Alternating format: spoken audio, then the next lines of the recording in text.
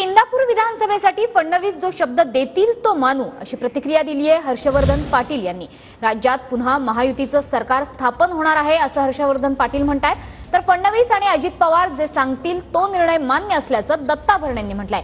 मी आणि हर्षवर्धन पाटील एकच, आमच्यात भांडणं लावू नका अशी प्रतिक्रिया सुद्धा दत्ता भरणेंनी दिली आहे।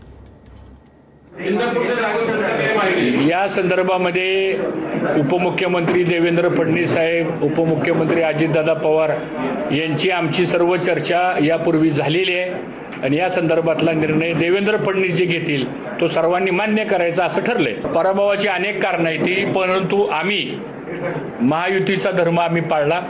काही ठिकाणी आम्ही कमी पडलो असेल ते आम्ही दुरुस्त करू आणि पुन्हा एकदा महायुतीचं सरकार महाराष्ट्रामध्ये आणण्याचा आमचा प्रयत्न राहील।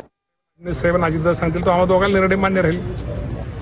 एकच काही लय जास्त काय नाही, दोघांना निर्णय मान्य राहील। आम्हाला फडणवीस साहेबांना दादा निर्णय घेतील तो बस ओके। दोघांपैकी काय नाही, आम्ही दोघं बरोबर आहे एवढं सांगतो तुम्हाला। ठीक आहे, विधानसभा होईपर्यंत एकत्र एकच आम्ही एकत्रच आहोत। तुम्ही आमच्यात भांडण लावू नका।